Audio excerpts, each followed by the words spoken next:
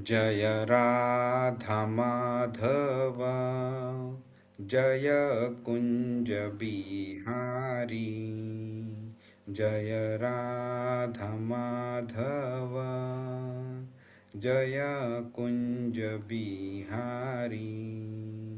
जय गोपी जन वल्लभ गिरिवरधारी।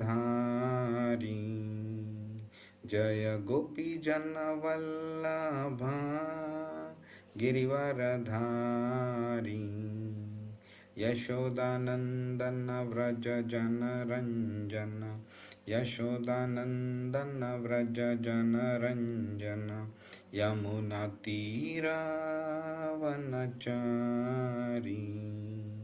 यमुना तीरावनचारी। जय राधा माधव जय कुंज बिहारी। हरे कृष्ण कृष्ण कृष्ण हरे हरे। हरे राम राम राम हरे हरे। हरे कृष्ण कृष्ण कृष्ण हरे हरे। हरे राम राम राम हरे हरे। जय राधा श्याम सुंदर राधा श्याम सुंदर राधे। जय कृष्ण बलराम कृष्ण बलराम। जय कृष्ण बलराम। जय गौरानिताय गौरानिताय जय गौरानिताय। जय जय प्रभुपाद जय श्रील प्रभुपाद। हरिनाम संकीर्तन की जय। श्रीमद् भगवद गीता की जय। श्रील प्रभुपाद की जय।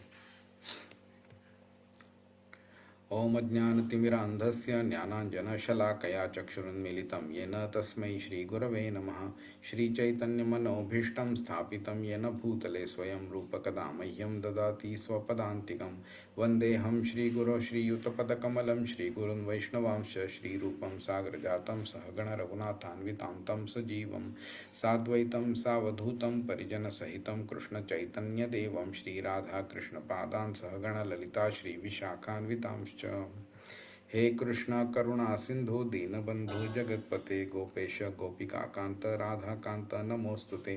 तप्त कांचन गौरांगी राधे वृंदावनेश्वरी वृषभानुसुते देवी प्रणमामि हरिप्रिये। वाञ्छाकल्पतरुभ्यश्च कृपा सिंधुभ्य एव च पतितानां पावनेभ्यो वैष्णवेभ्यो नमो नमः। नमो विष्णुपादाय कृष्णपृष्ठाय भूतले श्रीमते भक्तिवेदांत स्वामिनिति नामिने। नमस्ते सारस्वते देवे गौरवाणी प्रचारिणे निर्विशेष शून्यवादी पाश्चात्य देशतारिणे। जय श्री कृष्ण चैतन्य प्रभु नित्यानंद श्री अद्वैत गदाधर श्रीवासादि गौरभक्तवृंद। हरे कृष्ण कृष्ण कृष्ण हरे हरे। हरे राम राम राम हरे हरे। हरे कृष्णा। कोणाला आठवतंय आपण काय केलेलं मागच्या आठवड्यात? कोणता श्लोक केलेला? 26वा ना? हरे कृष्ण प्रभू. हरे कृष्णा. प्रभू आपण 8.26 केलेला. यामध्ये श्रीकृष्णाने 2 गतींबद्दल माहिती दिलेली. त्यामध्ये वेदांनुसार या जगातून प्रयाण करण्याचे 2 शाश्वत मार्ग सांगितलेले आहेत. एक शुक्ल गती जी प्रकाशाचा मार्ग आणि एक कृष्ण गती जो अंधाराचा मार्ग आहे. जोपर्यंत हे भौतिक जग अस्तित्वात आहे तोपर्यंत जीव या 2 पैकी एका मार्गाने मार्गक्रमण करतच राहते.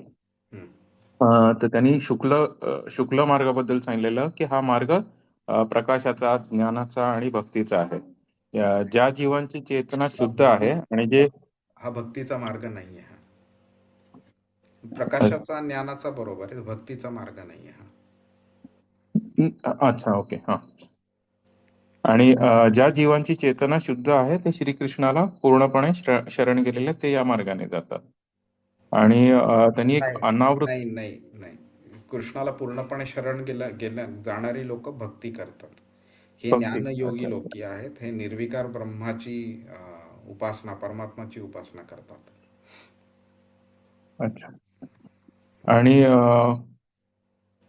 कृष्ण मार्गाबद्दल सांगितलेलं की हा मार्ग भौतिक आसक्तीचा आणि अ, अपूर्ण ज्ञानाचं प्रतीक म्हणून श्रीकृष्णाने सांगितलेलं. हम्म. आणि एक आपण हे दोन मार्ग म्हणजे जीवांना एक तर प्रकृतीच्या बंधनात राहून सुधारण्याची एक संधी देतात, किंवा एक म्हणजे भगवंतांकडे जाण्याचा एक मार्ग दाखवतात. तर ही एक हे एका परीक्षेसारखंच असतं की लाईक आपण कुठल्या मार्गाने आपण जाणार, आणि आपली चेतना जी आहे ती आपल्या मृत्यूच्या वेळी कशी असते, त्यावरून ह्या मार्गातून आपलं जाण्याचा अ, अ, गती हे होते, ठरवली जाते. हरे कृष्ण. हरे कृष्ण. हे ना फंडामेंटल्स थोडे समजून घेतले पाहिजेत. आणि आपण ह्याबद्दल बोललोय बराच वेळा की कृष्णाची डायरेक्ट भक्ती करणं म्हणजे भक्तियोग. पण कृष्णाची दुसऱ्या पर्टिक्युलर फॉर्ममध्ये भक्ती करणं, त्याला भक्ती नाही डायरेक्टली म्हणू शकत, पण उपासना करणं म्हणजे त्याला ज्ञानयोग म्हणतात. जेव्हा आपण परमात्म्याची पूजा करतो त्याला ध्यानयोग म्हणतात. किंवा निर्विकार ब्रह्माची जेव्हा उपासना करतो, मेडिटेशन करतो त्याच्यावरती, तर त्याला ज्ञानयोग म्हटलं जातं. आणि जी लोक हे करत नाही, जे फक्त आपली ड्युटी, वर्क इज वर्शिप, त्या टाईप जे करतात पण सेल्फलेसली करतात, तो कर्मयोग आहे. आणि जे काम करतात पण एका सेल्फिश मोटिव्हनी काम करतात, तो कर्मकांड झालं.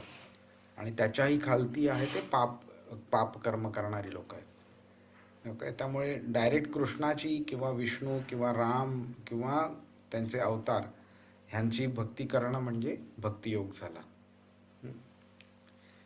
हरे कृष्ण. कोणाला काही प्रश्न आहे?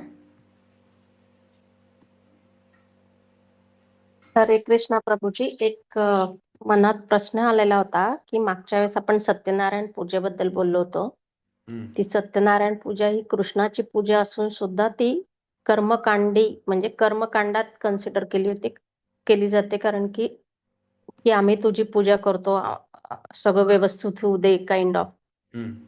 पण नवीन लग्न झालेल्या जोडप्याला आपण पहिल्यांदा सत्यनारायणाचीच पूजा करायला लावतो. तर ते एक जस्ट माझ्या मनात प्रश्न आला प्रभूजी.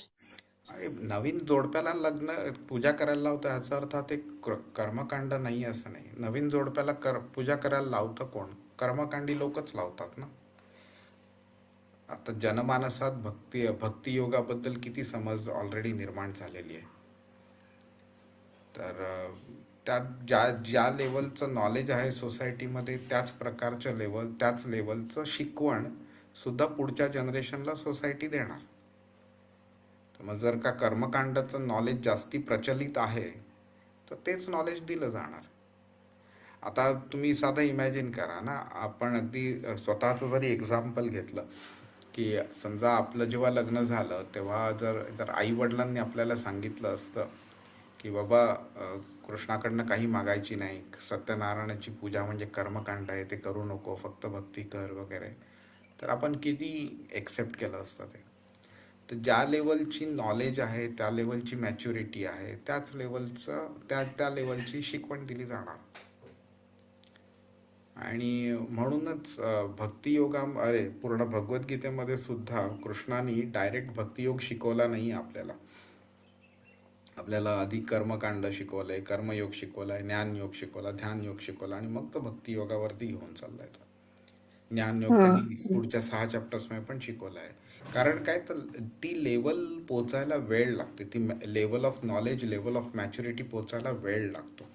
आणि जशी जशी ती पोचत राहते तसं तसं मग पुढचं नॉलेज दिलं जातं. पण सत्यनारायणाची पूजा करताना जेव्हा कथा वगैरे ऐकवली जाते, किंवा जे ब्राह्मण जे येतात पूजा सांगायला, त्यांना सुद्धा तुम्ही विचारू शकता कधी की बाबा ह्या पूजेचं पर्पज काय आहे. प्रत्येक गोष्टीला पर्पज असतो, मटेरियल गोष्ट असो किंवा स्पिरिच्युअल गोष्ट असतो. एक फक्त भक्तियोग आहे जिकडे पर्पज न ठेवता कृष्णाची भक्ती केली जाते. तर जेव्हा आपण मंत्र म्हणतो त्या मंत्रामागे सुद्धा पर्पज असतो. सूर्यदेवाचा गायत्री मंत्र म्हटला तर त्याच्या मागे पर्पज असतो. तर प्रत्येक गोष्टीला पर्पज आहे. तसं सत्यनारायणच्या पूजेला पण पर्पज आहे. तर कधी तुम्ही ब्राह्मणांना विचारा याबद्दल. ओके प्रभूजी. हरे कृष्ण. नक्की. तर आपण आज 27वा श्लोक बघूया. तुम्ही सगळे चॅन्ट करू शकता.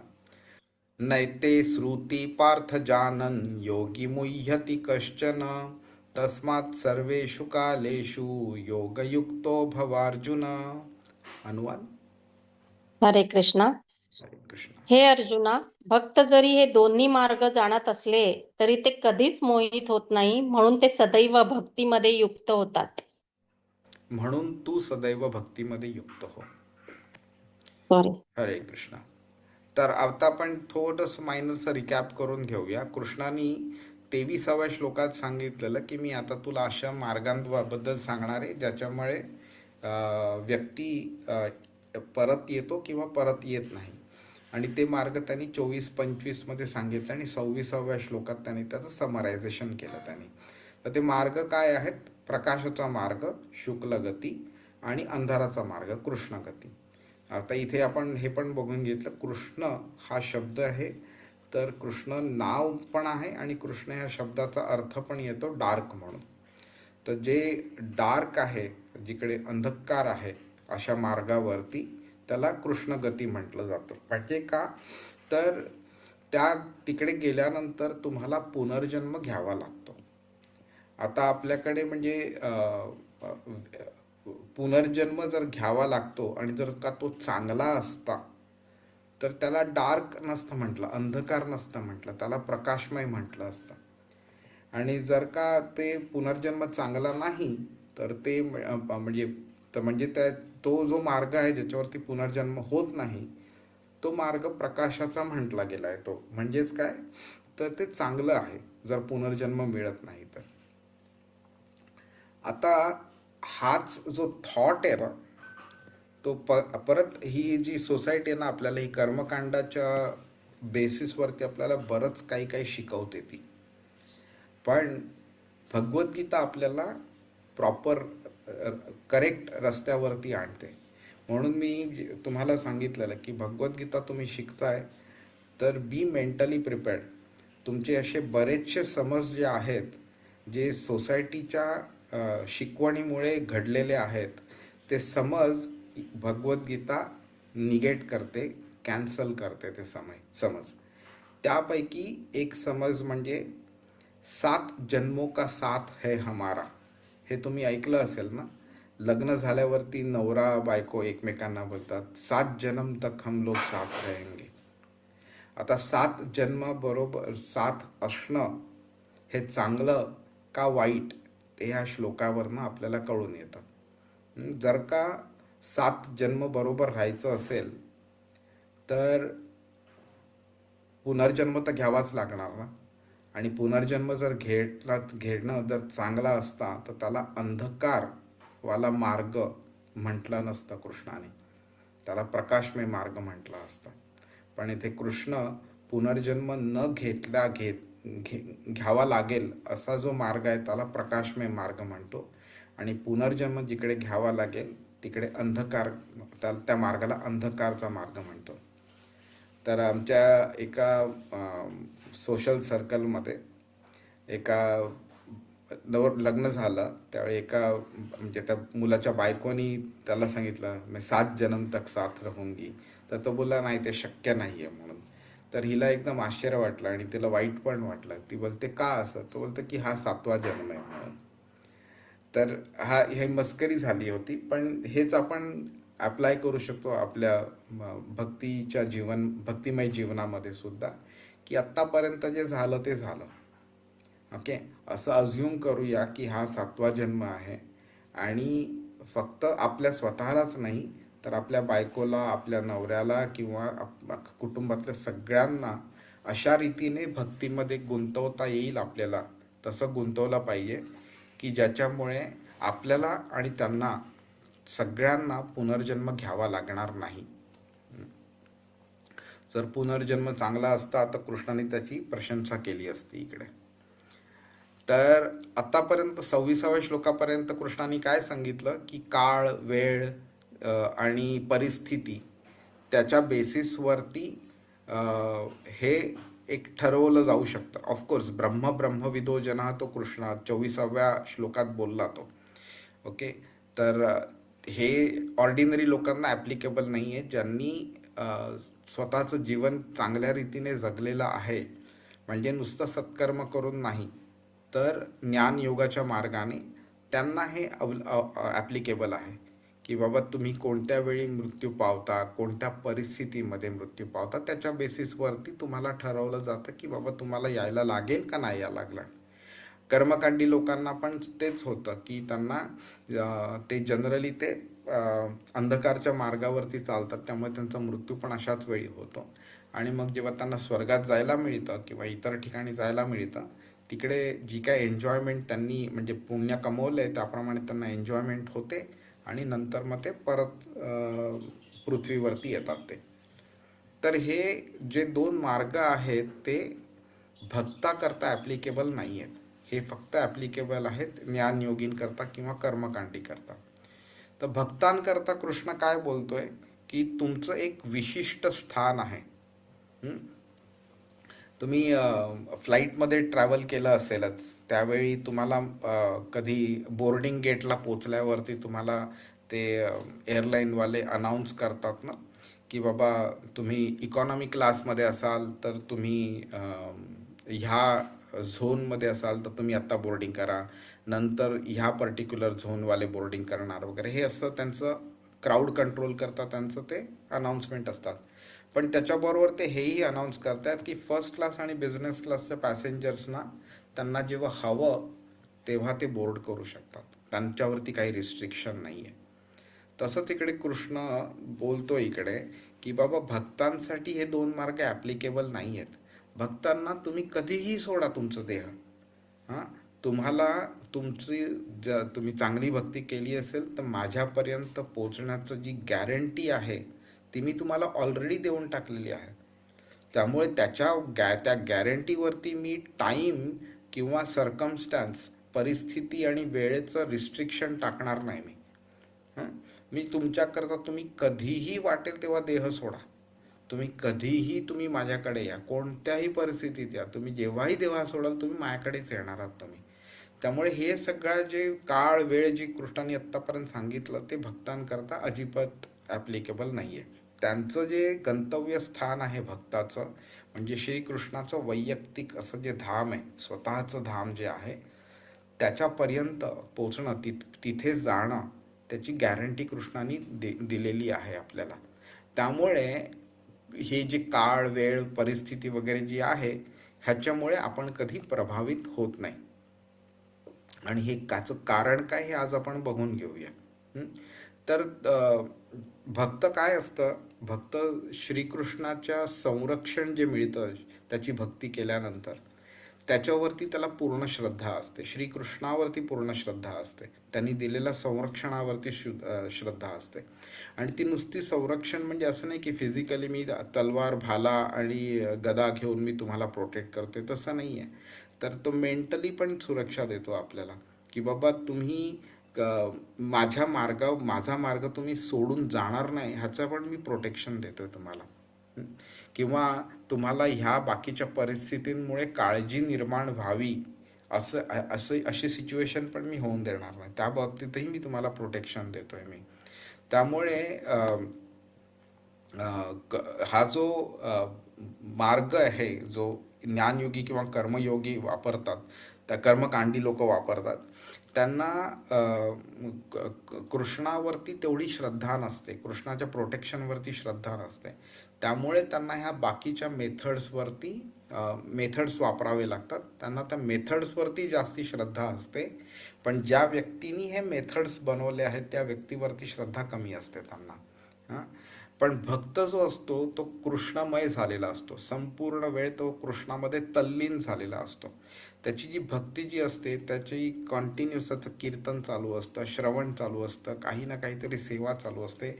आणि येन केन प्रकारेन कृष्ण मन निवेशय, तो कोणत्या ना कोणत्या प्रकारे कृष्णामध्ये मन त्याचं निवेश केलेलं असतं त्यांनी. त्यामुळे त्याला कोणत्याही क्रिया केल्यावरती एखादं फळ प्राप्त व्हावं ही त्याला इच्छा नसते कधी त्याची. आणि त्याला हे कळलेलं असतं की एखादी क्रिया करून त्यातनं फळ प्राप्त करणं हा एक सापळा आहे.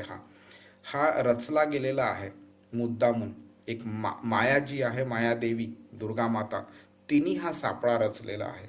म्हणजे आपल्याला एक प्रलोभनं दिलेली आहेत की बघ रे, असं तू एक काम केलं ना तर तुला अमुक एक फळ मिळेल, तुला स्वर्गात अमुक एक सुख मिळेल तुला वगैरे. आणि त्या प्रलोभनाला जी लोक बळी पडतात त्यांना त्याच्यापेक्षाही वरती काही आहे, भक्ती नावाची काय गोष्ट आहे हे माहिती नसतं, कशी करायची ते माहिती नसतं आणि त्याचे फायदे माहिती नसतात त्यांना. आणि त्यांचं जरी माहिती असलं तरी त्यांना ते ह्या गोष्टींमुळे इतके अट्रॅक्ट झालेले असतात त्या प्रलोभनांमुळे की त्यांना भक्तीकडे संपूर्ण ते दुर्लक्ष करतात. त्यामुळे ते कधी कृष्णाची शरणागती पत्करत नाहीत आणि त्या असं काही असं स्वतःला असं भक्तीमध्ये बांधून पण ठेवत नाहीत ते. ओके. तर ह्या बाबतीमध्ये आपण बघितलं हे 3 मार्ग कोणते आहेत. तर पहिला म्हणजे प्रकाशाचा मार्ग, जो ज्ञानयोगींसाठी आहे, जो 24व्या श्लोकात कृष्ण बोलला.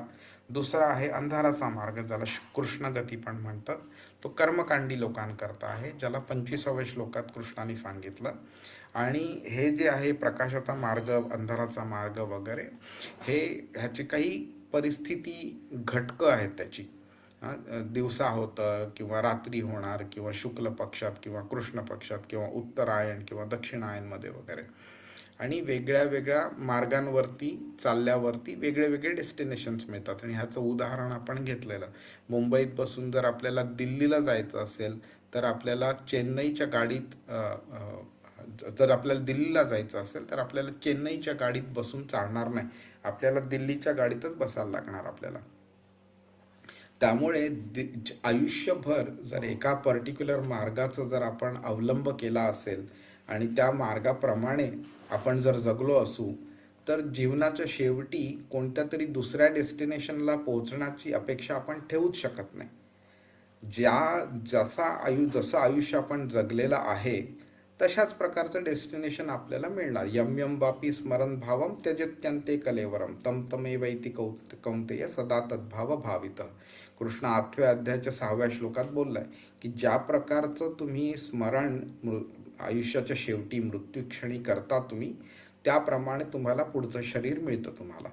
आता आपण जे आयुष्यभर आपण अभ्यास केलेला आहे, आयुष्यभर ज्याचं आपण पालन केलेलं आहे, अशा गोष्टींमुळे आपली मेंटॅलिटी घडते आणि त्याप्रमाणे आपल्याला आयुष्याच्या शेवटी आपल्याला त्या गोष्टी आठवतात, आपल्याला त्याप्रमाणे पुढचं शरीर मिळतं. त्यामुळे कृष्णाने सांगितलेलं आहे की तस्मात सर्वेषु कालेषु, कॉन्स्टंटली प्रत्येक क्षणी सर्वेषु कालेषु माझं स्मरण कर. मा मनुस्मर युद्धच, तू माझं स्मरण कर म्हणून कृष्ण बोललाय. इकडे पण ह्या श्लोकामध्ये तस्मात सर्वेषु कालेषु योगयुक्तो भवार्जुन तेच बोललाय कृष्ण. भक्ती योग कर तू, कॉन्स्टंटली कर, सर्वेषु कालेषु. आणि असं जर केलं तर आपल्याला एका भक्ताला हे जे 2 मार्ग सांगितले ते ॲप्लिकेबल होत नाहीत. तो तिसरा मार्ग, भक्तीचा मार्ग, म्हणजे जिकडे आपण दिवसा मरो किंवा रात्री मरो, शुभ काळी मरो किंवा अशुभ काळी मरो, आपली चेतना जी असते, एका भक्ताची चेतना जी असते ही कंटिन्युअसली कृष्णात स्थिर झालेली असते.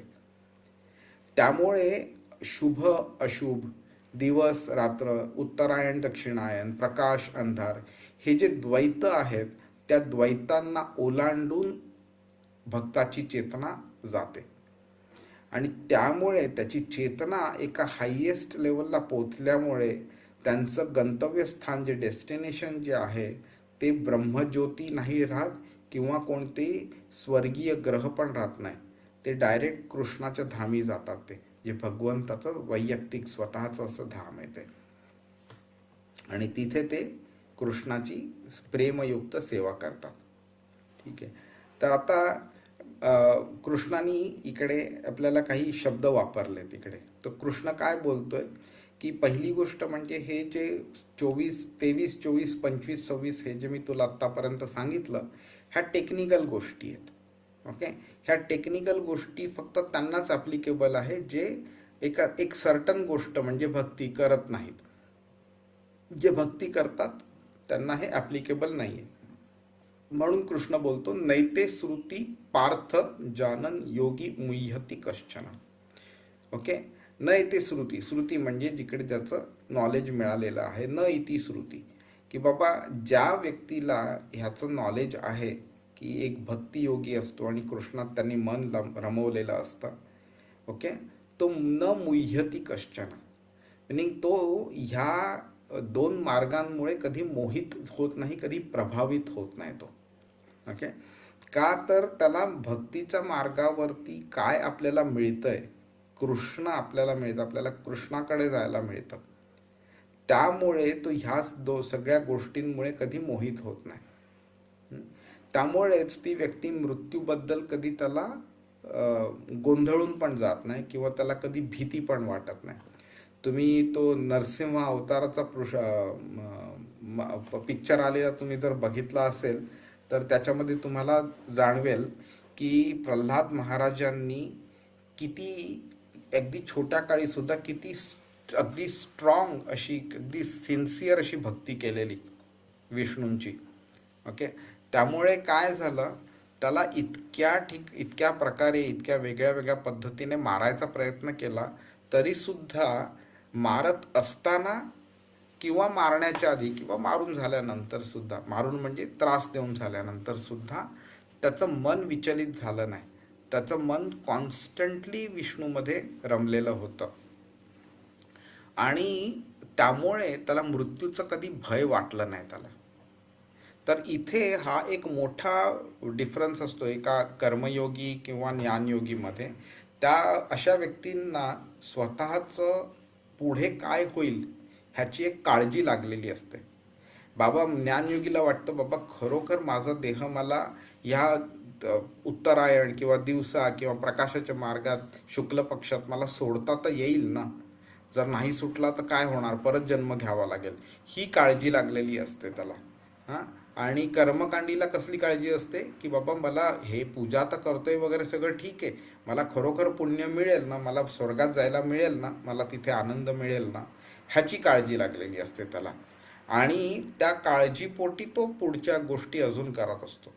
पण एक भक्त जो असतो तो त्याला मृत्यूचं भय नसतं, का तर त्याला कृष्णावरती विश्वास असतो, भक्तीच्या प्रोसेसवरती विश्वास असतो. त्यामुळे तो गोंधळून जात नाही ह्याबद्दल आणि त्याला ह्याची कसली काळजी पण नसते त्याला. आणि ही काळजी नसल्यामुळे तो कृष्णाची भक्ती अजून चांगल्या पद्धतीने करू शकतो. आणि त्यामुळे प्रत्येक क्षणाला तस्मात् सर्वेषु कालेषु योगयुक्तो भवार्जुन, त्यामुळे प्रत्येक क्षणाला तो कृष्णाचं स्मरण करू शकतो. एखाद्या व्यक्तीला जर का काळजी भरपूर लागली आपलं पुढे काय होईल, तर कृष्णाच्या स्मरणापेक्षा त्याला त्याच्या काळजीचं स्मरण जास्ती होईल, कॉन्स्टंटली होईल त्याला. आणि त्यामुळे काय होईल, कृष्णाचं स्मरण त्याला होणार नाही. म्हणून इथे कृष्ण सांगतो की तू पूर्णपणे निश्चिंत राहा, तुझं पुढे काय करायचं काय नाही करायचं ते मी बघणार आहे. त्याची तुला अजिबात काळजी ठेवू नकोस, तू काळजी करू नकोस. आणि तू फक्त तस्मात् सर्वेषु कालेषु, फक्त भक्ती करत राहा प्रत्येक क्षणी माझी. तर ह्याला प्रॉपर भक्ती म्हणतात. आणि 14व्या श्लोकामध्ये सुद्धा 8व्या अध्यायाच्या कृष्णाने सांगितलं ना, अनन्य चेतः सततम यो मां स्मरति नित्यशः. अनन्य चेतः मिनिंग जी चेतना आहे ती माझ्या व्यतिरिक्त कुठे गेलीच नाही पाहिजे, फक्त माझ्यामध्येच राहिली पाहिजे. आणि अशा प्रकारे सततम कॉन्स्टंटली यो मां स्मरति, ह्या प्रकारे जो माझं स्मरण करतो नित्यशः, तस्याहम सुलभ पार्थ, त्याला अतिशय सुलभ असतं मला प्राप्त करणं. तस्याहम सुलभ पार्थ नित्ययुक्तस्य योगिनः, ती व्यक्ती मला व्यवस्थित एकदम आरामात सुलभ पद्धतीने माझी प्राप्ती करू शकते. तर आता तुम्ही गंमत बघा, जर का एखाद्या व्यक्तीला खूप काळजी झाली आहे स्वतःचं पुढे काय होईल, आध्यात्मिक प्रगतीचीच तो विचार करतोय.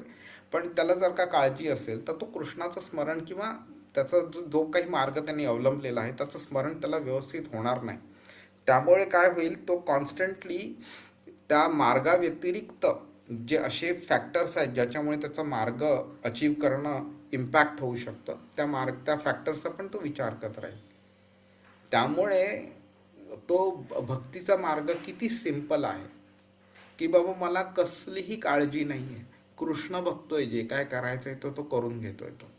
हां, एक लहान मुलगा असतो ना, 4 वर्षाचा 3 वर्षाचा मुलगा असतो, तर त्या मुलाला कधी अशी काळजी पडते का की बाबा माझ्या आईवडिलांनी ग्रोसरी केली आहे काही ह्या आठवड्याची, मला उद्या जेवण मिळेल का व्यवस्थित, आई भरवू शकेल ना मला, आई धडधाकट तर आहे ना, आईला काय उद्या आजार तर नाही होणार, माझ्या जेवणाचं काय होईल, मला आंघोळ कोण घालणार, हां मला झोपवणार कोण, ह्याची कधी काळजी पडत नाही त्याला. कारण त्याला माहीत असतं की बाबा आई आहे, मी आईच्या कुशीत असलो तर सगळ्या गोष्टी आई टेक्स केअर ऑफ इट, मला काहीही काळजी करायची गरज नाही आहे. त्या भलेही त्याला एवढं डिटेलमध्ये नॉलेज नसेल, पण त्याला एवढं माहिती असतं की मी आईच्या जवळ आहे, सुखरूप आहे, बस. आणि that is the confidence building measure. त्याला पुढे कसल्याही गोष्टीची काळजी करायची गरज नाही पडत. तसाच एक भक्त असतो अनन्यचेतः, तो कृष्णाव्यतिरिक्त कसलं स्मरणच करत नाही. कृष्ण सगळं 9व्या अध्यायामध्ये अनन्यास चिंतयन्तो माम ये जना पर्युपासते तेषां नित्याभियुक्तानां योगक्षेमं वहाम्यहम, कृष्ण बोलतो. त्याचा योग आणि त्याचा क्षेम, त्याची काळजी करण्याचं काम मी करतो, कृष्ण बोलतो.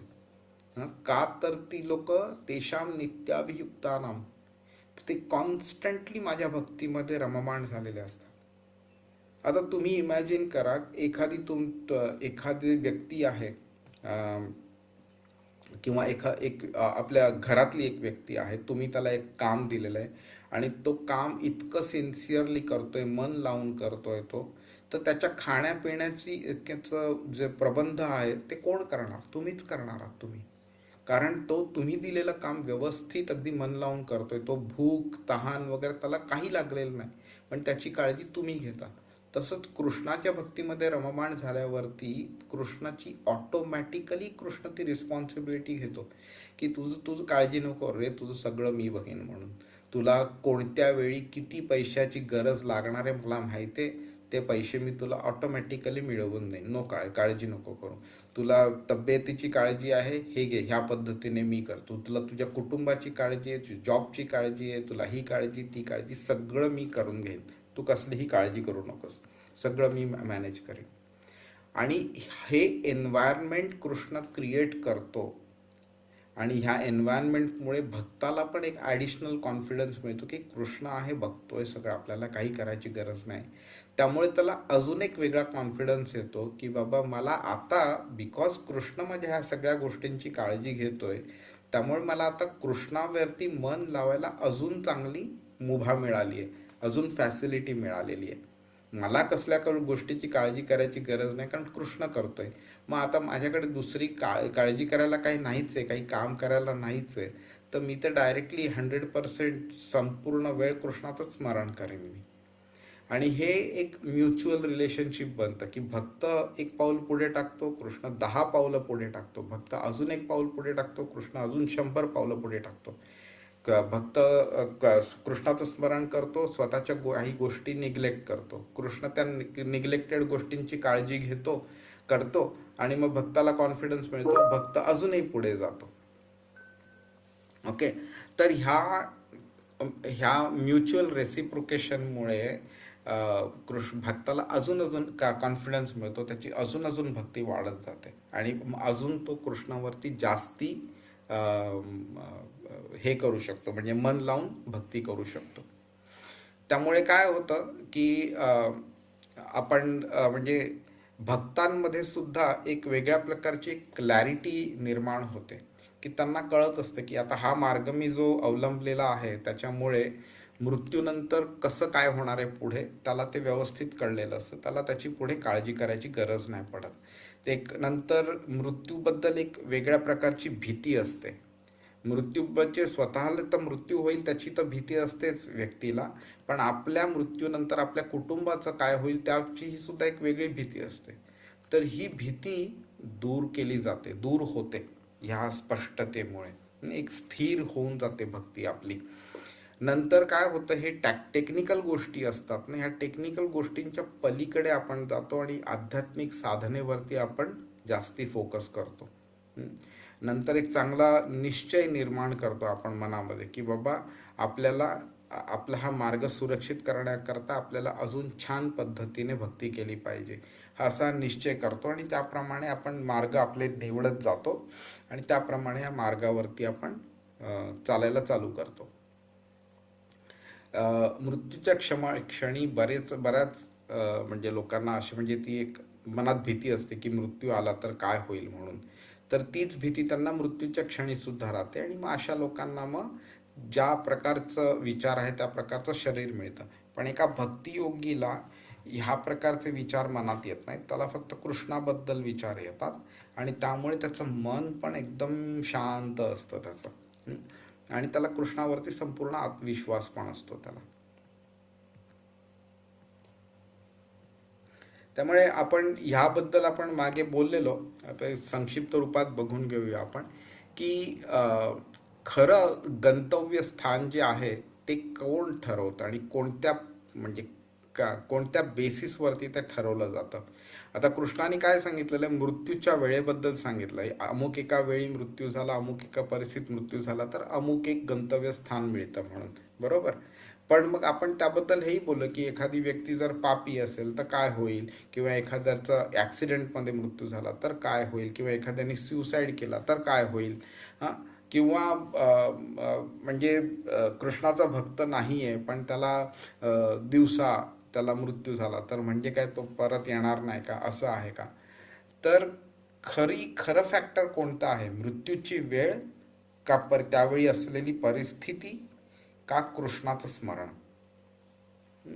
तर आपल्याला ह्या 5व्या श्लोकामध्ये 8व्या अध्यायाच्या कृष्णाने आपल्याला सांगितलेलं आहे ना, अंतकालेच मामेव स्मरण मुक्त्वा कलेवरम यः प्रयाती समद्भावम याती नास्त्यत्र संशय. त्याचा अर्थ काय की जो कोणी मृत्यूच्या वेळी केवळ माझे स्मरण करून शरीर सोडतो तो तत्काळ माझे स्वरूप प्राप्त करतो, याबद्दल काही शंका नाही. तर कृष्णाने इथे गॅरंटी दिलेली आहे की बाबा तुम्ही माझं स्मरण केलं तर तुम्ही माझ्याकडे याल म्हणून. तर गंमत तीच होते की मृत्यूची वेळ is not the ultimate factor. मृत्यूच्या वेळी आपली चेतना काय आहे तो अल्टिमेट फॅक्टर आहे. जर ती चेतना कृष्णामध्ये रममाण झालेली असली तर कृष्णाकडे जायला मिळतं. ती चेतना जर का परमात्म्यामध्ये किंवा निर्विकार ब्रह्मामध्ये जर का जास्ती रममाण झालेली असली तर ती त्याप्रमाणे आपल्याला डेस्टिनेशन मिळतं. पण जर का ती चेतना असं भौतिक फळांमध्ये आसक्ती ठेवलेली असली त्या चेतनेनी तर त्याप्रमाणे आपल्याला कर्मकांड केल्यामुळे स्वर्गात वगैरे जायला मिळतं आणि मग परत पुनर्जन्माचं चक्र चालू होतं इकडे. त्यामुळे भलेही ह्या गोष्टी कृष्णाने सांगितलेल्या आहेत ह्या टेक्निकली परफेक्ट असल्या तरीसुद्धा त्याच्यावरती एक डिफायनिंग फॅक्टर आहे की कृष्ण आपल्या जीवनात कुठे आहे त्याच्या बेसिसवरती ह्या गोष्टी ठरवल्या जातात. नाहीतर मग कर्म ह्या गोष्टीला काही अर्थच उरला नसता. कर्म आणि कर्माचं फळ, बरोबर ना.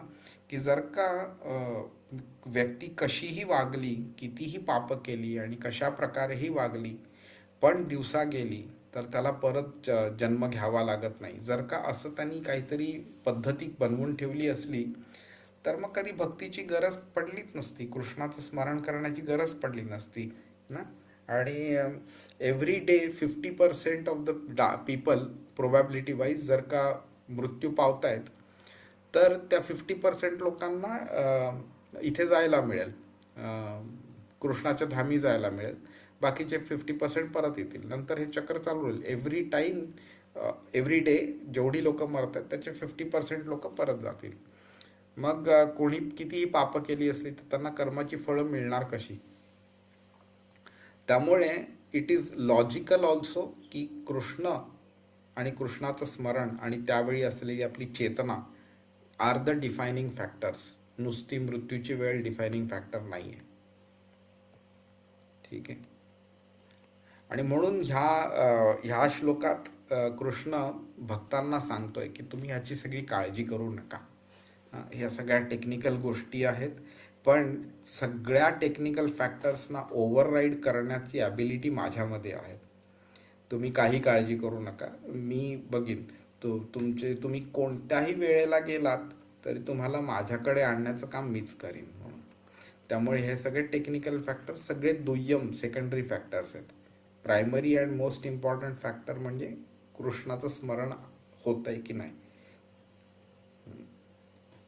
म्हणून एक शुद्ध भक्त जो असतो ना, तो ह्या गोष्टींमध्ये कधी चिंतित नसतो. त्याला भरोसा असतो पूर्णपणे कृष्णावरची की बाबा कृष्णाने ह्या सगळ्या फॅक्टर्स क्रिएट केलेल्या आहेत, तर कृष्णाचं कंट्रोल पण आहे पूर्णपणे ह्या फॅक्टर्सवरती. तर मी आता जर का त्याची भक्ती करत बसलोय तर हे फॅक्टर्स मला ॲप्लाय करायचे, माझ्यावर ॲप्लाय करायचे का नाही करायचे हे तोच बघेल तो. त्यामुळे त्याला काही काळजी नसते.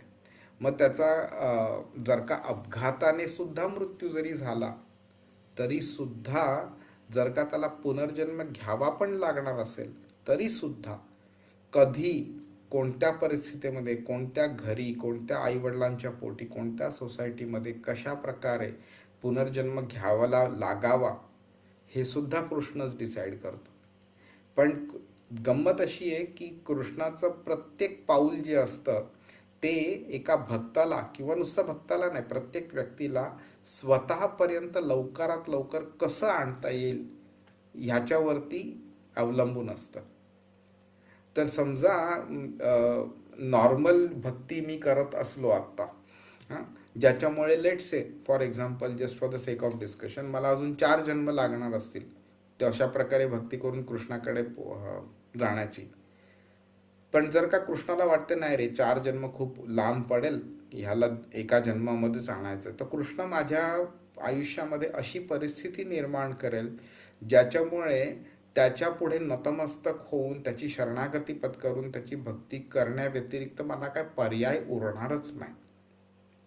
आणि मग काय होईल की अशा प्रकारे भक्ती केली जाईल माझ्याकडनं, ज्याच्यामुळे मग नंतर कृष्ण बोलेल हां झालं तुझं आता पूर्ण झालं, तू ये चल माझ्याकडे म्हणून आता. त्यामुळे मग आपण ठरवू शकतो की हे जे आयुष्यात ज्या गोष्टी घडतात आपल्या, आपण ज्याला निगेटिव्ह म्हणतो, मटिरियली निगेटिव्ह असतात, ते जर भक्ती आपली वाढवून देणार असले किंवा कृष्णापर्यंत आपल्याला लवकर पोचवणार असले तर ते खरे निगेटिव्ह नाहीत, तर पॉझिटिव्ह गोष्टी आहेत. आपल्याला हे कळायला वेळ लागतो आपल्याला.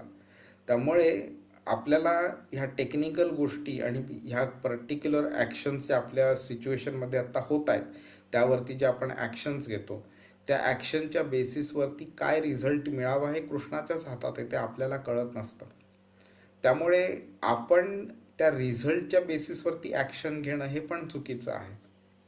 आपल्याला फक्त कृष्णावरती मन रममाण करत ठेवलं पाहिजे आणि कृष्ण आपल्याला आतनं गायडन्स देईल की बाबा काय ॲक्शन घ्यायची, काय नाही घ्यायची वगैरे, आणि त्याप्रमाणे आपण भक्ती मार्ग आपण चालत राहिला पाहिजे.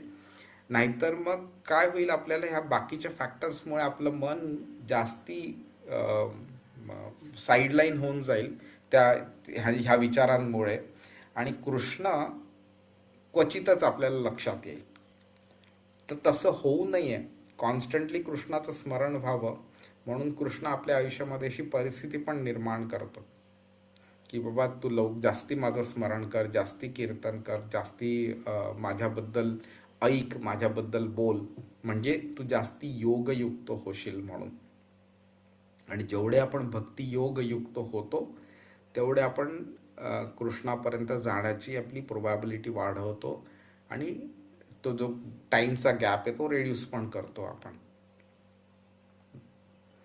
आणि ह्याच्यामुळे काय होतं, हे जेवढं आपण आयुष्यभर हे जेवढं आपण करत राहू तेवढं आपल्या हृदयाचं शुद्धीकरण होतं. आणि हृदयाचं शुद्धीकरण झालं म्हणजे काय, तर हे नॉनसेन्स विचार जे असतात, नॉनसेन्स सवयी पण असतात, नॉनसेन्स मेंटॅलिटी घडलेली असते, ती कमी कमी होत जाते आणि ते शुद्धीकरण अशा स्टेजला येऊन पोचतं किंवा मृत्यूसमयी कृष्णाचं स्मरण करणं जास्ती सिंपल पडतं. आता माझ्या मनामध्ये विचारांचं अतिशय असं काहूर असं माजलेलं असेल तर कृष्णाचं स्मरण होण्याची शक्यता किती कमी आहे. पण समजा माझ्या मनामध्ये कृष्णाव्यतिरिक्त असं काहीच नाही आहेत किंवा कोणत्याही भौतिक गोष्टींबद्दल माझ्या मनात विचार नाही आहेत, तर मग कृष्णाचं स्मरण होण्याची शक्यता किती जास्ती आहे. ऑफकोर्स मन शांत असलं आणि भौतिक चिंता नसल्या आपल्या, तर आपल्याला कृष्णाचं स्मरण होणं जास्ती चान्स आहे त्याचं. आणि हे मन शांत करणं आणि हृदय शुद्ध करण्याचं काम आयुष्यभर भक्ती केल्याने आपल्याला त्याची प्रॅक्टिस होते आणि त्याचं प्युरिफिकेशन पण होतं. त्यामुळे इथे कृष्ण हायलाईट करतोय की ही जी बाह्य परिस्थिती आहे ना, की बाबा दिवस रात्र, प्रकाश अंधकार, सूर्य उत्तरायण दक्षिणायन, या बाह्य परिस्थितीमुळे तू अफेक्ट होऊ नकोस. तू बाह्य परिस्थिती तुला ॲप्लिकेबल नाही आहे, तुझी आंतरिक स्थिती तुला ॲप्लिकेबल आहे. त्यामुळे कृष्णाची शरणागती पहिलं पत्करणं हा मार्गावरती पहिलं पाऊल उचलण्यासारखं आहे. कृष्णाबद्दल ज्ञान मिळवणं, कृष्णाची महानता समजून घेणं, कृष्णाची भक्ती कशी करायची ते समजून घेणं आणि त्याप्रमाणे भक्ती करत राहणं आणि कृष्णाचं संरक्षण आपल्याला कसं मिळतं हे पण समजून घेणं, त्याच्यावरती विश्वास ठेवणं की तो अक्षरशः त्याच्या तळहातावरती त्यांनी मला ठेवलेला आहे आणि तो माझा असा सांभाळ करतोय की ज्यामुळे मला माझ्या स्वतःची काळजी करण्याची आवश्यकता नाही आहे. आपण जेव्हा 9व्या अध्यायाचा 22वा श्लोक शिकू त्यावेळी तुम्हाला हे अजून छानपणे समजून येईल तुम्हाला. त्यामुळे जेव्हा आपल्याला कळतं की कृष्णाचं नियंत्रण आहे आपल्या आयुष्यात ज्या गोष्टी घडत आहेत त्यांच्यावरती सुद्धा आणि आपल्या संपूर्ण आयुष्यावरती, त्यामुळे आपल्याला भक्ती म्हणजे जेव्हा आपण करतो त्यावेळी भीती ठेवून करत नाही. हा एक खूप इम्पॉर्टंट पॉईंट आहे ॲक्च्युली, की एखाद्या समजा एका घरातली एका कुटुंबातली एक व्यक्ती आहे, लेट्स से आपली बायको किंवा आपला नवरा, तर त्यांना जेव्हा आपण सांगतो की बाबा तुम्ही माझ्यावरती प्रेम करा, तर पहिली गोष्ट कधी सांगावं लागत नाही प्रेम करा, ते प्रेम आपणहून होतं. तर समजा एखाद्या व्यक्तीचं एवढं प्रेम नसलं आणि समजा नवऱ्याने बायकोच्या डोक्यावरती किंवा बायकोनी नवऱ्याच्या डोक्यावरती एक गन ठेवली, एक पिस्तूल ठेवली आणि सांगितलं की उद्यापासून माझ्यावरती प्रेम करायचं म्हणून, नाही तर मी गोळी घालीन, तर मग काय होईल. त्या जे काही प्रेम करेल ते बायको किंवा नवरा, त्याला प्रेम म्हणू शकतच नाही ना.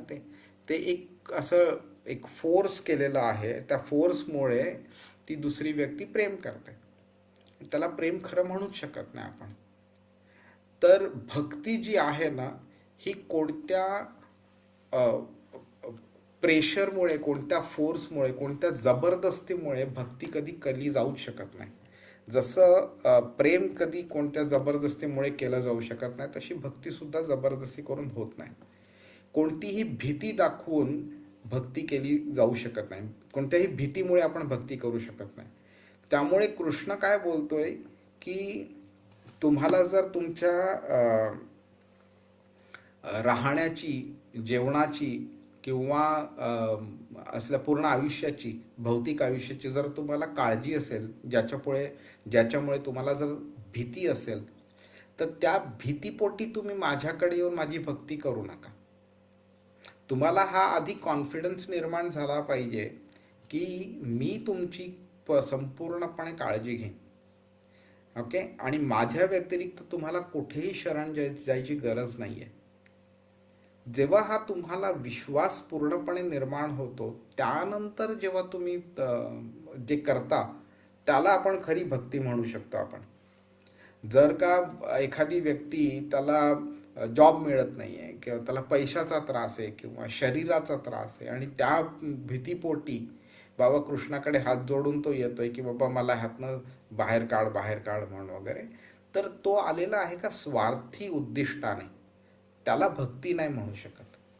तो स्वार्थ झाला तो, कारण त्याची इच्छेची पूर्तता झाली की त्यानंतर देर इज अ चान्स की तो कृष्णाला विसरून जाईल.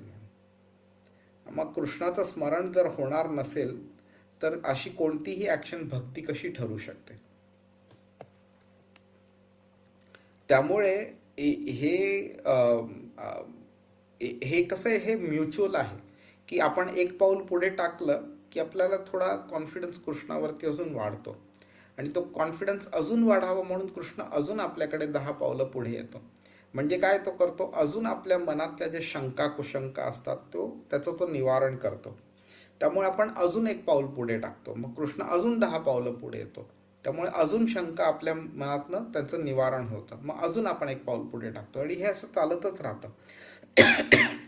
त्यामुळे आपण असं नाही बोलू शकत की बाबा संपूर्ण कॉन्फिडन्स माझा तुझ्यावरती आला की नंतर मी भक्ती करेन, तर तसं नाही. किंवा आधी मी पूर्णपणे भक्ती करीन मग कॉन्फिडन्स येईल मला, तर तसं पण नाही. हे एक एक पाऊल दोन्ही बाजूनी पुढे टाकलं जातं आणि gradually we reach to a stage की आपल्याला पूर्ण कॉन्फिडन्स आलेला असतो आणि आपली भक्ती पण मॅच्युअर झालेली असते, शुद्ध झालेली असते.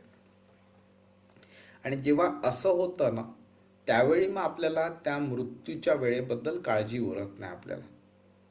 बरं, आता पटकन आपण बघून घेऊया की कृष्ण अर्जुनाला कुरुक्षेत्राच्या मध्ये म्हणजे त्या दरम्यान कृष्ण अर्जुनाला सांगतोय तू मृत्यूची चिंता करू नकोस. आता अर्जुनाच्या दृष्टीने हे काय इम्पॉर्टंट आहे, तर आपण अर्जुनाच्या अँगलनी पण विचार करू आपण. तर पहिली गोष्ट म्हणजे युद्ध जे चालू आहे त्यावेळी दक्षिणायन चालू आहे. तर कृष्णाने 25व्या श्लोकात सांगितलेलं आहे की बाबा दक्षिणायन जर मध्ये तुझा मृत्यू झाला तर तुला परत यावं लागेल. त्यामुळे अर्जुनाला अर्जुन आता भक्त आहे तसं त्याला टेन्शन येणार नाही, पण अर्जुनाच्या माध्यमाद्वारे कृष्णा बाकीच्या लोकांना पण शिकवतोय. पण आपण ॲनालिसिस करूया आपण ह्याचं की जर का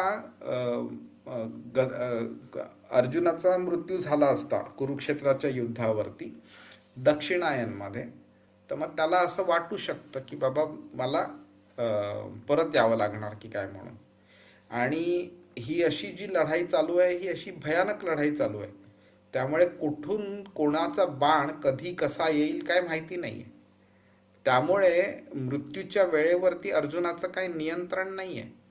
आणि असंही नाही तो बोलू शकतो की बाबा मी उत्तरायणपर्यंत थांबीन, कारण भीष्मांना जसं वर मिळालेला तसं ह्याला काही वर नाही मिळालेला. त्यामुळे कृष्ण इथे अर्जुनाला हेही सांगते की बाबा बाकी लोकांसाठी मृत्यूची वेळ जरी महत्त्वाची असली तरी तू भक्तोसी मे सखाचेती म्हणून 4थ्या अध्यायाच्या 3ऱ्या श्लोकात कृष्ण बोललेला भक्तोसी मे सखाचेती की तुझ्या इतका चांगला भक्त आणि तुझ्या इतका चांगला मित्र कोणी नाही आहे. तू माझा सगळ्यात चांगला भक्त आणि सगळ्यात चांगला मित्र आहेस. तर जेव्हा तो हे सांगतोय त्यावेळी तर अर्जुनाला गॅरंटीच असली पाहिजे की बाबा हे सगळं माझ्याकरता ॲप्लिकेबल नाही आहे. तरी पण कृष्ण एक्सप्लिसिटली सांगतोय हे की बाबा तुझ्याकरता हे ॲप्लिकेबल नाही आहे आणि तू फक्त युद्ध कर, तू फक्त माझं स्मरण कर तू म्हणून. तर हे आहे इम्पॉर्टंट आहे समजणं, कारण अर्जुन आपल्यासारख्या व्यक्तीला रिप्रेझेंट करतोय. तर आपण सुद्धा वेगळ्या वेगळ्या प्रकारच्या ॲक्टिव्हिटीज करतो दिवसभर. आणि अशा बऱ्याच वेळा होतात की ऑफिसमध्ये टेन्शन असलं किंवा ड्रायव्हिंगमध्ये टेन्शन असलं किंवा ट्रॅव्हलिंगमध्ये असलं किंवा फॅमिलीमध्ये असल्या गोष्टी होतात वगैरे. आपल्याला त्या क्षणाला कृष्णाचं स्मरण होईलच ह्याची काही गॅरंटी नाही आहे. किती वेळा असं होत असेल की समजा एखाद्या व्यक्तीबद्दल आपण ऑफिसमध्ये कोणतं प्रेझेंटेशन देतोय, आपण पूर्ण त्या सब्जेक्टचा विचार करतो, त्यावेळी आपल्याला कृष्णाचं स्मरण कुठे होतं त्यावेळेला. तरी सुद्धा कृष्ण आपली काळजी त्यावेळी सुद्धा घेत असतो. त्यामुळे कृष्ण बोलतोय की बाबा मी काळजी करीन, डोंट वरी म्हणून. मग आपल्याला म्हणजे ह्याची पण काळजी नको आपल्याला की बाबा मला कृष्णाचं स्मरण नाही झालं तर काय होईल, त्याची पण काळजी करायची गरज नाही, कारण कृष्ण त्याची पण गॅरंटी देतोय आपल्याला. ओके, तर गंमत अशी आहे की आपलाही ड्रायव्हिंग करताना कधी कोणती गाडी आपल्याला कशा प्रकारे मारेल कळत नाही आपल्याला, आणि त्यामुळे आपला मृत्यू कधी होईल हेही माहिती नाही आहे. हां, आणि मी आधी सांगितल्याप्रमाणे तुम्हाला आठवत असेल तर मृत्यूच्या क्षणी 40,000 विंचू एका वेळी दंश करतील एवढ्या लेवलचं वेदना होतात व्यक्तीला. हां, आपल्याला त्या वेदना होत असताना आपल्याला आपल्या शरीराचं, आपल्या कुटुंबाचं, आपल्या जॉबचं कसलंही आपल्याला स्मरण होणार नाही. कृष्णाचं काय स्मरण होणार आपल्याला? तर कृष्णाला जर आपल्याला वाटत असेल आपल्याला त्याचं स्मरण व्हावं, तर तो ती परिस्थिती पण तोच निर्माण करणार की कोणत्या परिस्थितीमध्ये आपण त्याला स्मरण करू शकू. त्यामुळे आपल्याला त्याचीही काळजी करण्याची गरज नाही की बाबा कोणत्या परिस्थितीमध्ये आपला मृत्यू होईल आणि त्या परिस्थितीमध्ये आपल्याला कृष्णाचं स्मरण होईल की नाही. आणि ते तेवढं सिंपल नाही आहे ना की जर का आपण आयुष्यभर कृष्णाचं स्मरण केलं नाही तर आपल्याला कसं स्मरण होईल लास्ट क्षणाला. त्यामुळे आपल्याला स्मरण होऊन द्यायचं का नाही हे सुद्धा त्याच्याच हातात येते. त्यामुळे तो भक्तांना सांगतो तुम्ही ह्याच्याबद्दल चिंता करूच नका. ती तुमची जॉबची रिस्पॉन्सिबिलिटी नाही आहे. प्रत्येक जॉबला कसं एक डिस्क्रिप्शन असतं ना कंपन्यांमध्ये, त्या डिस्क्रिप्शनमध्ये त्यांनी काय करायचं आणि काय नाही करायचं ते ठरवलेलं असतं. त्याचप्रमाणे इथे बोलतो की हे जे विचार आहेत की तुमच्या मृत्यू कधी व्हायला पाहिजे, कोणत्या परिस्थितीत व्हायला पाहिजे आणि त्यावेळी तुमच्या मनात काय विचार असले पाहिजेत, हे तुमची रिस्पॉन्सिबिलिटी नाही आहे, ही माझी रिस्पॉन्सिबिलिटी. ॲज अ परमात्मा, ॲज अ भगवान, ते माझं जॉब डिस्क्रिप्शन आहे, ते तुमचं नाही आहे. त्यामुळे तुम्ही चिंता करू नका, मी करतोय ना त्याची चिंता. तर हे कृष्ण आपल्याला इकडे आश्वासन देतोय. त्यामुळे अर्जुनाला सुद्धा तो ह्याच प्रकारे गॅरंटी देतोय की बाबा तू क्षत्रिय आहेस, तुला असं म्हणजे आधी त्यांनी दुसऱ्या अध्यायात सांगितल्याप्रमाणे की बाबा मी एक भिक्षा मागितली तर त्यातनं मला जास्ती आनंद होईल, पण ह्यांना मारून मला अगदी तिन्ही लोकांचं स्वामित्व जरी मिळालं तरी त्यातनं तेवढा आनंद मिळणार नाही. कारण का तर आपल्या लोकांना मारावं लागेल. तर कृष्ण त्याला तेच बोलते की तू जर माझी भक्ती केली तर ह्या सगळ्या विचारांची गरज नाही आहे तुला विचार करण्याची. ओके, तू फक्त माझ्या सेवेमध्ये गुंतला राहा आणि तुझ्या हातून काय करवून घ्यायचं, काय नाही करवून घ्यायचं, तुझ्या मनात कोणते विचार येऊन द्यायचे, कोणते नाही येऊन द्यायचे, तुझा मृत्यू कधी होऊन द्यायचा, कधी नाही होऊन द्यायचा, कोणाचा मृत्यू कधी होऊन द्यायचा, कधी नाही होऊन द्यायचा, हे मी ठरवणार आहे, तू नाही ठरवणार. आणि अजून एका वेगळ्या प्रकारचा कॉन्फिडन्स कृष्ण 11व्या अध्यायामध्ये अर्जुनाला देतो. तो अक्षरशः ड्रामॅटिकली, ग्राफिकली अर्जुनाला दाखवतो की हे जे सगळे जे योद्धा आहेत एक्सेप्ट पांडव, ह्या सगळ्यांचा मृत्यू मी आधीच घडवून टाकलेला आहे. ते कालरूप जेव्हा कृष्ण दाखवतो त्यावेळी ते त्याच्या तोंडात शिरताना कृष्ण दाखवतो.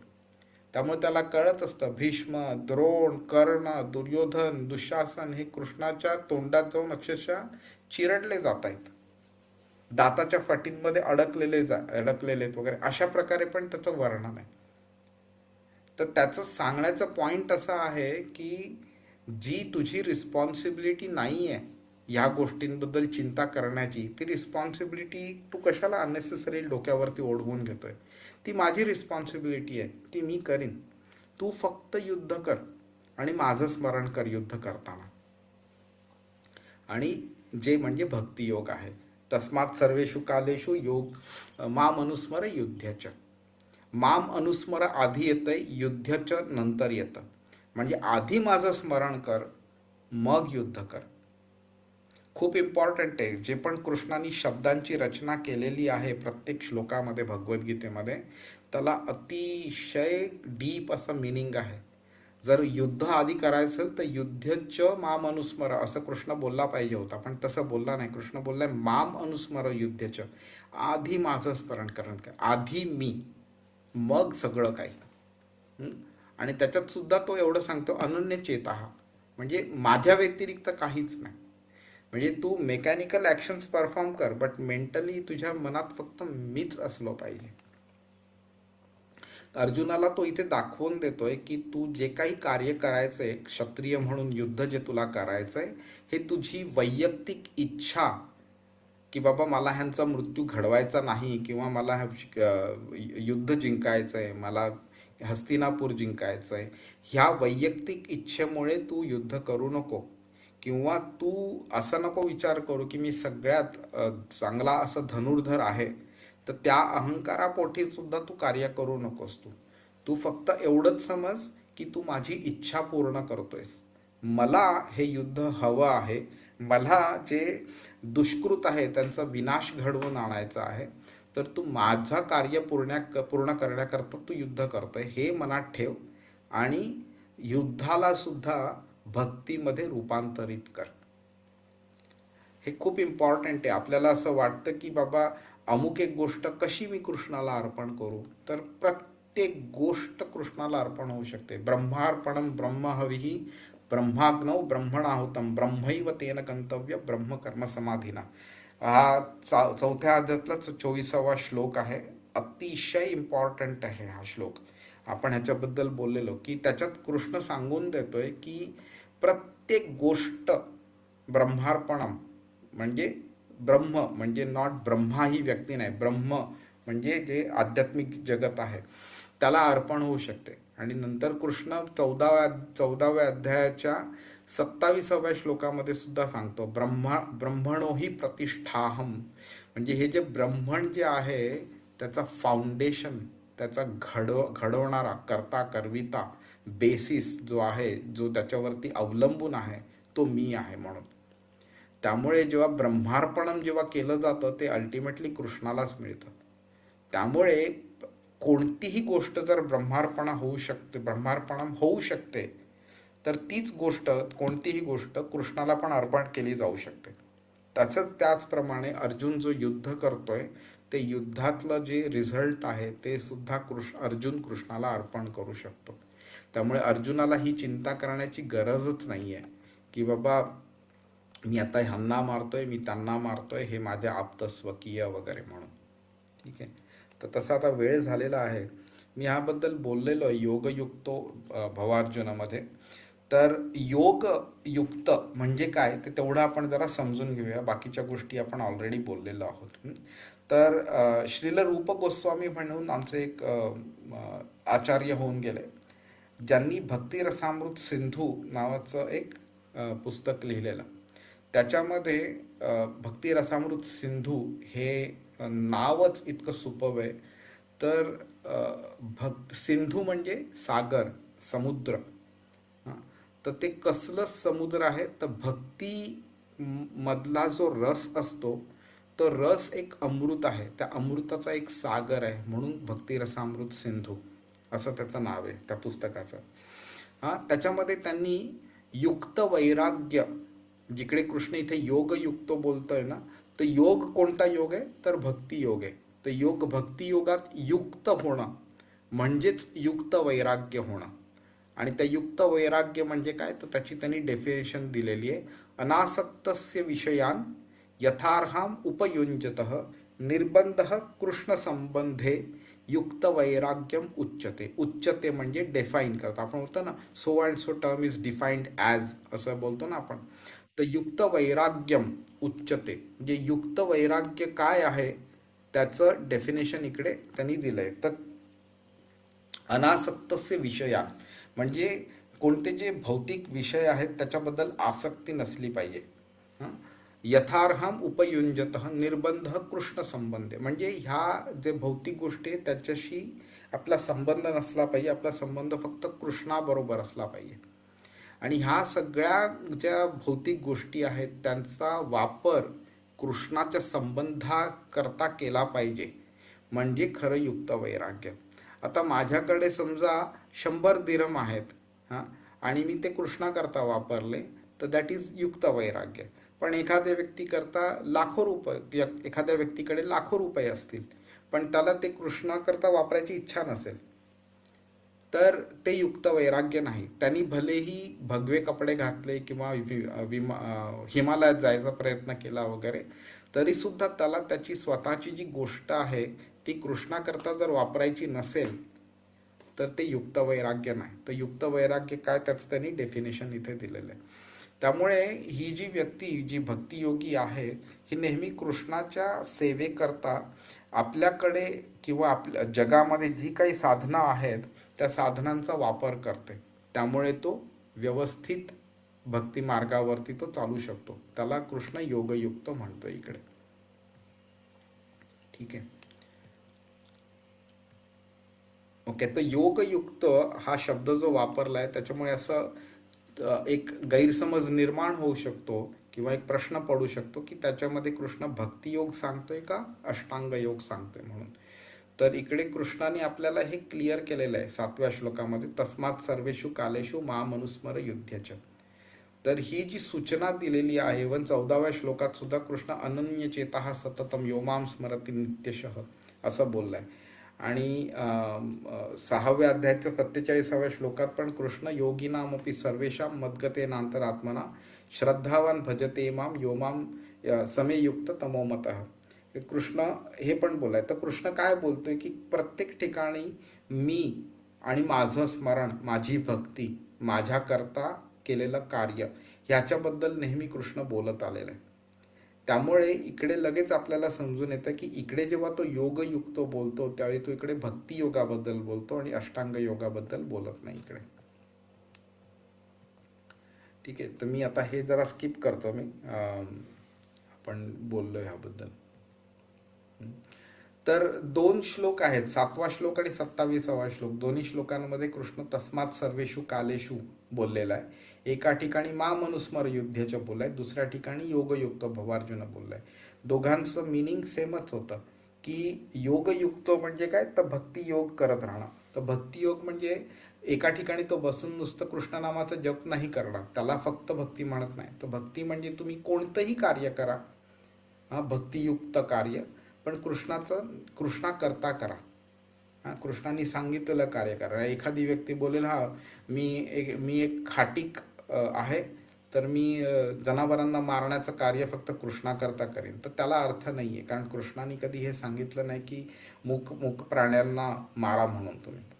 तर जे भक्ती वाढवू शकेल आपलं आणि आपलं निहित कार्य जे आपल्याला वेदांमधनं शिकवलेलं आहे, असं कार्य आपलं वर्ण आणि आश्रमानुसार केलेलं कार्य, त्या कार्य तुम्ही कृष्णाला अर्पण करत राहा तुम्ही. तर इकडे अर्जुन क्षत्रिय आहे, त्याचं युद्ध करणं हे त्याचं कर्तव्य आहे. त्यामुळे इकडे कृष्ण त्याला सांगतोय तुझ्याकरता योगयुक्तो म्हणजे भक्ती योगयुक्तो म्हणजे तुला युद्ध करणं हे आवश्यक आहे. आणि त्याचप्रमाणे कृष्ण 7व्या श्लोकात पण बोलला माम अनुस्मर युद्धचे म्हणजे माझं स्मरण कर आणि युद्ध कर. दोन्ही आर पॉइंटिंग टुवर्ड्स भक्ती योग ओनली. त्यामुळे कृष्णाची पुनरावृत्ती करतो ह्या सूचनेची वेगळ्या वेगळ्या पद्धतीने. ठीक आहे, ऑब्जेक्टिव्ह काय आहे कृष्णाचा इकडे, की आपल्याला बाह्य परिस्थिती जी आहे त्याच्यापेक्षा आंतरिक चेतनेकडे लक्ष वळवणं. ओके, बाह्य परिस्थिती म्हणजे काय असतात की वेळ कोणती शुभ आहे किंवा प्रकाशाची वेळ आहे का अशुभ वेळ आहे वगैरे, तर ह्याच्यामुळे मन अस्थिर होऊ शकतं.